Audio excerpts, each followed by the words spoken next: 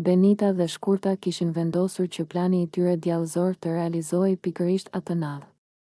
Ata prisnin momentin e duhur, duke vëzhguar çdo lëvizje të banorëve, dhe kur shtëpia u qetësua dhe shumica shkuan për të fjetur, ato sulmuan.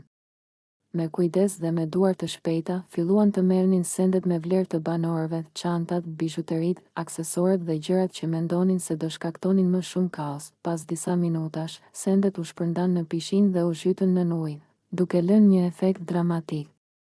Pastaj Benita dhe Shkurta u larguan me kujdes, duke buzëqeshur fshehurazi dhe duke u përpjekur të mos linin gjurmë, kur banorët zbuluan kaosin. Filluan të bërtisnin dhe të kërkonin sendet e tyre me panik. Njëri pas tjetrit, ata shikonin pishinën dhe nuk mund të besonin sytë e tyre. Në atë moment, Benita dhe Shkurta u futën në grup me fytyra të pafajshme dhe filluan të flisnin me zë të lartë. Po ju them, nuk e di kush ka bërë këtë. Ne nuk pam asgjë. Të dyja përpiqeshin t'i mbajnë të qetë banorët, duke luajtur rolin e viktimave dhe duke mos lënë të kuptohet se ishin ato pas këtij plani.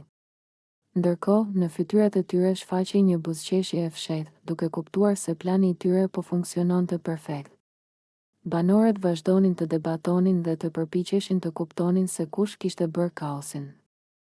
Por Benita dhe Shkurta qëndronin të qeta, duke shijuar triumfin e tyre të vogël dhe duke planifikuar tashmë hakmarrjen e radhës.